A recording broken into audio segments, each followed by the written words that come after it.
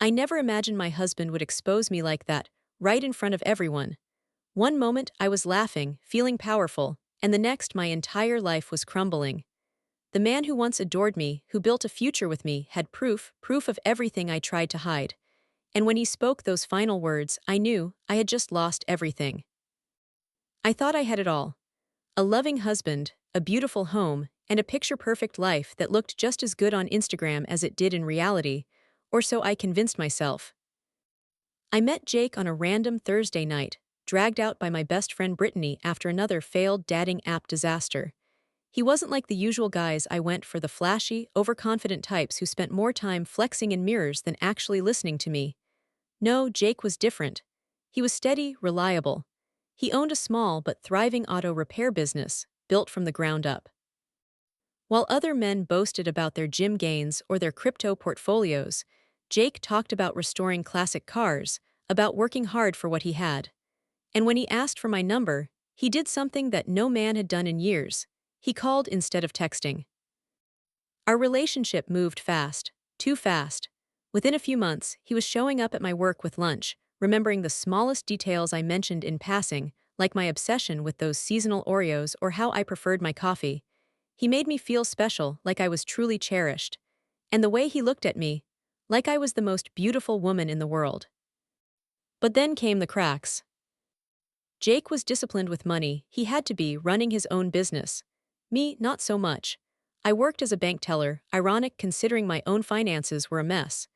I loved the finer things, designer handbags, high-end makeup, weekend getaways. And when you're dating a successful business owner, you have to look the part, right? I told myself it was self-care, that the expensive dresses, the luxury bags, the perfectly curated lifestyle were investments in my future. I hid shopping bags in my trunk, had packages delivered to Brittany's place, anything to keep up the image. Jake didn't question it, at least not at first. Then came the proposal. A stunning ring, a grand gesture at a car show he was featured in. It was perfect. But looking back, I should have known, we weren't building the same future. I thought marriage would make him more spontaneous, and he thought it would make me more responsible. We were both so wrong. The first real signs of trouble started on our honeymoon. Jake and I had agreed on a budget-friendly getaway, a simple, romantic trip that wouldn't put us into debt. But I wanted more. I wanted the luxury, the kind of honeymoon I could brag about. So I went ahead and booked an extravagant ocean view suite in Cabo, telling myself we deserved it. Jake found out the truth when he saw the credit card statement in our hotel room. He didn't yell. He didn't cause a scene. Instead, he just went silent, staring at the numbers like they physically hurt him. And then, in the calmest voice, he said, "We need to have a serious talk about money when we get home." That set the tone for the months that followed.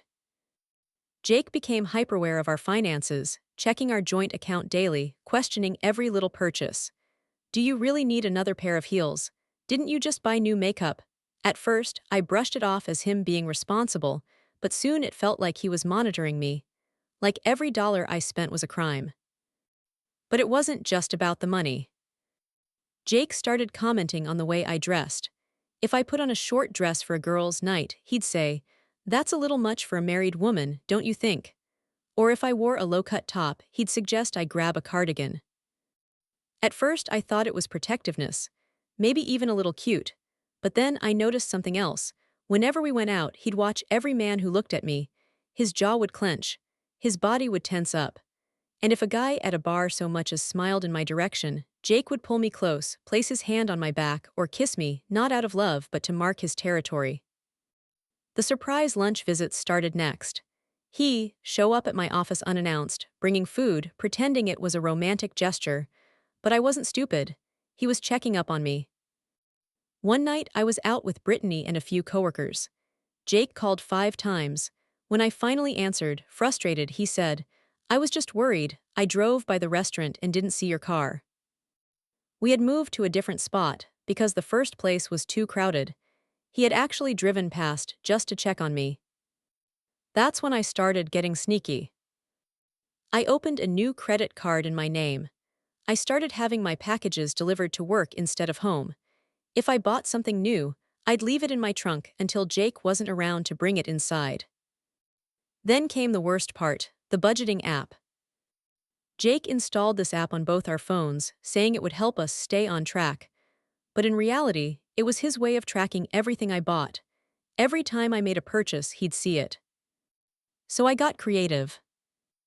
I started pulling out cash back at grocery stores so my purchases wouldn't show up. I borrowed money from Brittany just to have spending cash he couldn't trace. Sometimes, I'd even return items just so I could rebuy them later without Jake knowing. And yet somehow, I still felt trapped. The more he tried to control me, the more I pushed back. If he told me a dress was too revealing, I'd unbutton it just a little more. If he got upset about me posting selfies, I'd post 3 more. I felt like I was losing myself, turning into this caged bird, constantly watched, constantly questioned. And I hated it. I wasn't the only one noticing, either. Brittany saw the tension. She called it financial abuse, even sent me articles about toxic relationships. At first, I brushed it off, but the more I thought about it, the more it made sense. Why else would Jake care so much about every single thing I did? Why else would he need to know where I was every second of every day? Maybe he wasn't just jealous. Maybe he was obsessed. I didn't realize it then, but we were heading straight for disaster. And I was about to make everything so much worse. I don't know exactly when it happened, when my rebellion turned into something more. Maybe it was the constant pressure of Jake's rules. Maybe it was the thrill of knowing I could still get away with things, despite his control. Or maybe, deep down, I just wanted to hurt him back. Either way, I started playing a dangerous game. At first, it was harmless. If Jake said my skirt was too short, I'd buy an even shorter one. If he told me to take down a selfie, I'd post 5 more. But then, I started noticing the way other men looked at me. And I liked it. I liked feeling wanted, feeling admired. Because with Jake, admiration had turned into possession. And that wasn't enough anymore. Then came the red dress. It was a designer piece, nearly $1,000, paid for with my secret credit card, of course. It was the kind of dress that demanded attention, hugging every curve in just the right way. I wore it to Mark's birthday dinner. Mark, one of Jake's closest friends. I knew what I was doing. I knew Jake would hate it. And I wanted him to. The moment I walked into the restaurant, I felt it. Every pair of male eyes in the room turned toward me, waiters smiled, strangers did double takes, and Jake's jaw clenched so hard, I thought his teeth might crack. His friend Tony whistled. "Damn, Jake, you better keep an eye on this one." I laughed, but Jake, he didn't find it funny. The whole night, I pushed him. I laughed a little too loudly at Mark's jokes. I let my hand rest on Tony's arm a second too long. I played the role of the carefree, confident woman, not the controlled wife Jake wanted me to be. And the angrier he got, the better I felt. I should have stopped there, but I didn't. Jake had started showing up unannounced at my work. He had tracked my spending, my locations, my social media. He wanted control. Fine, let's see how much control he really had. I started harmless flirting, or at least, that's what I told myself. The barista at my coffee shop, the new guy in accounting, Tony at our group dinners. Nothing major, just enough to feel that rush. And then there was Liam. Liam was one of Jake's old high school friends, recently single, ridiculously attractive. The kind of guy who oozed charm without even trying. We met a few times before, but at one particular group dinner he seemed different. Interested. "Jake must keep you locked up at home," Liam joked, eyes roaming over me. "How'd I never notice how stunning you are?" Jake's hand on my thigh tensed. I could practically feel the heat coming off him. And I loved it. "Maybe you're just not very observant," I teased back, swirling my wine. Jake exhaled sharply beside me, but he didn't say anything. The game was on. Over the next few weeks, I started finding excuses to be around Liam. Casual things, group hangouts, coffee runs, even a harmless lunch together. I told myself it was innocent, that I wasn't actually crossing a line. But deep down, I knew better. The way Liam complimented me, the way he touched my arm just a little too long when he laughed, the way his eyes lingered on my lips when I spoke, and the way Jake noticed all of it. The tension between us was unbearable. At night, when Jake touched me, I felt nothing. All I could think about was the thrill of the game. I should have stopped, I should have walked away, but then came the night I went too far. It was another dinner with our usual group. The moment I walked in, I made sure to sit next to Liam instead of Jake. I laughed at his jokes, leaned in closer than necessary, let my hand brush against his as I reached for my drink. Jake watched everything. And for the first time, he didn't try to stop it. That should have scared me, but instead I felt powerful. Then after dinner, as we were saying our goodbyes, Liam pulled me aside. You know, if Jake wasn't in the picture, he let the words hang, his hand brushing against my wrist. It was the perfect moment to walk away. But I didn't. Instead, I smiled and said, "Well, he is." I turned and walked away before anything else could happen, but that single moment changed everything. Because Jake had seen. He didn't yell, he didn't explode. He just looked at me, his face completely unreadable. And that night, as I lay in bed beside him, I realized something terrifying. The game wasn't fun anymore. It wasn't just about pushing boundaries. It was about destruction. And I had just crossed the line I could never uncross. The night everything fell apart started like any other. Jake and I had been living in silent warfare for weeks, him tracking my spending, my location, my every move, and me pushing back harder, testing his patience, seeing how far I could go before he finally snapped. But I never expected him to be the one with the final move. That Friday night, we had another group dinner, the usual crew, the usual place. But this time I had a plan. I pulled out the red dress again, the one that drove Jake insane, the one I had worn to Mark's birthday, the one that hugged every curve and left little to the imagination. The moment I stepped downstairs, Jake's eyes darkened. "Really, Alexis, that dress again?" I pretended not to hear him. Instead, I took my time fixing my lipstick, making us intentionally late, knowing it would irritate him. When we arrived at the restaurant, I made sure to sit where everyone could see me, not tucked into the corner where Jake preferred. And of course, I sat next to Liam. The drinks flowed. The conversation turned playful. And I could feel Jake's gaze burning into me as I laughed just a little too hard at Liam's jokes, as I let my hand linger on his forearm for just a second longer than necessary. I was in control. Until I was. Jake leaned in, his voice calm, cold, deadly. "Are you done?" I turned to him, feigning innocence. Done with what? His jaw flexed, his hands were clenched into fists under the table, but he didn't explode, not yet. The breaking point came when I was taking selfies with Sarah and Tony's girlfriend. Just simple, innocent photos, except my dress had ridden up a little too high. Jake leaned over and whispered, "Maybe take those down, your dress is riding up too much." That's when I snapped. Maybe it was the wine, maybe it was the months of resentment, of control, of being watched. Or maybe I just wanted to hurt him.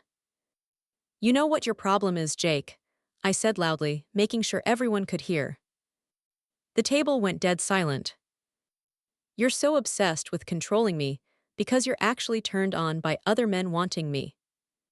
Sarah choked on her wine, Mark's eyes widened, even Liam shifted uncomfortably in his seat. But Jake. He didn't even flinch. And that scared me more than anything. I should have stopped, I should have backpedaled, but I didn't. "That's right, everyone, my husband's a cuck. He probably gets off on imagining other guys with me, that's why he's so obsessed with what I wear, who I talk to. He loves it." I expected an explosion, a reaction. But instead, Jake just sat there silent, his expression blank, except for the slight twitch in his jaw. Then he put down his drink, exhaled slowly, and said the three words that changed everything. "We're done here." He didn't shout, didn't cause a scene. Just finality. Like he wasn't just ending the dinner, he was ending everything. The drive home, the realization hits. The drive home was silent. Not the usual tense silence we had gotten used to, but something different. Something final. I kept waiting for him to say something, to yell, to fight back. But he just drove, his hands gripping the steering wheel so tightly his knuckles turned white. And for the first time in months, I felt fear. Not of him hurting me. No, Jake had never been like that. I was afraid because for the first time, I realized I had pushed him too far. And I wasn't sure if I could take it back. The evidence, Jake's final. When we got home, Jake walked straight into his home office and shut the door. I stood in the kitchen, still in that damn red dress, pouring myself another glass of wine, trying to calm the storm in my chest. Then I heard it. His voice, low, controlled on the phone. I couldn't make out the words, but something about the way he spoke made my stomach drop. Something told me this wasn't just another fight we sweep under the rug. But I didn't know how badly I had screwed up until I saw what was waiting for me the next morning. Bank statements, credit card bills, screenshots. Everything I had tried to hide, laid out in black and white, on the kitchen counter. And next to them, his phone. Recording everything. When he walked into the room, I forced a smirk, trying to play it off. Come to apologize, I taunted, taking another sip of wine. Jake didn't flinch. No, he said calmly, setting his phone on the counter. I think it's time we had an honest conversation. My stomach twisted. Oh, you want honest? Fine. Let's talk about how you can't handle having a hot wife. How you get all twitchy every time another man looks at me. It's pathetic, Jake. His expression didn't change. Instead, he pulled something else from behind his back, legal documents. You want to talk about pathetic? His voice was calm, deadly. Let's talk about the 3 credit cards you maxed out behind my back, about the money you stole from our savings, about how you've been lying to me for months. My breath caught. That's my money too, I shot back. Is it? His eyes were stone cold. Because last I checked, we were supposed to be saving for a house, and you spent that money on designer bags and drinks with your little side fling. Liam. Oh my God. He knew. And then he picked up his phone, turned it around and hit play. My own voice played back at me. The dinner, the accusation, the way I had humiliated him in front of our friends. The words hit harder than I thought they would. And for the first time, I saw myself for who I really was. Jake didn't need to expose me. I had already done that myself. Get out, Alexis. I blinked, what? I said get out. I tried to laugh it off, to spin it back in my favor. But Jake just stood there, done, finished. And for the first time in my life, I had no comeback. I didn't leave right away. At first, I thought Jake was bluffing, that this was just another fight, another moment where I'd push him and he'd eventually give in, that I could charm my way out of it like always. But this time he was serious. Pack your things, Alexis, he said, his voice eerily calm. I'll be back in a few hours. I expect you to be gone by then. He grabbed his keys and walked out without looking back. And for the first time, I realized I had truly lost him. The wake-up call, reality hits. I stood in the middle of our kitchen, staring at the bank statements, the credit card bills, the screenshots of my secret spending, the evidence of everything I had done. I had spent months telling myself that Jake was the problem, that he was controlling, possessive, obsessive. But now, for the first time, I saw the truth. It wasn't control. It was consequences. Jake had spent months trying to hold our life together, trying to keep us together. And I had spent months tearing it apart. And now there was no fixing it. No manipulation, no sweet words, no apologies could undo what I had done. moving out, losing everything. I threw my things into a suitcase, rushed, messy, panicked. I thought about begging him. I thought about staying until he came home, trying to convince him to give me one last chance. But something told me he wouldn't. This wasn't just a fight. This was the end. I called Brittany. I need a place to crash. She hesitated before answering. Even she knew I had gone too far this time. You know my couch is always open, she finally said, but her voice was different, less supportive, less encouraging. Like even she didn't believe in me anymore. That hurt more than I expected. Social media backlash, my own words turn against me. By the time I got to Brittany, the fallout had already started. Jake hadn't posted anything about what happened. But our friends had. Screenshots of the bank statements, the credit card debt, my comments at dinner, they were everywhere. Under a post about financial abuse awareness, someone had posted my receipts. I had spent months painting myself as the victim, and now everyone knew the truth. The comments were brutal. She gaslit him the entire time. How do you blow through thousands of dollars and still act like you're the victim? Jake deserves better, she did this to herself. I tried to fight back, posting my usual empowered woman reclaiming her life captions. Sometimes we outgrow people who try to hold us back. Freedom is knowing your worth. But people weren't buying it anymore. The truth was out. And I had nowhere to hide. The divorce papers, the final blow. A week after I moved out, I was at work when the envelope landed on my desk. Divorce papers. Right there, in front of my coworkers. Like some bad movie scene. I stared at the papers, my hands shaking. This wasn't a fight. This wasn't a game. This was real. Jake wasn't coming back. And suddenly, it hit me. I had spent so much time trying to control the narrative, to prove that I was the one in power. But in the end, I had nothing. No husband. No home. No savings.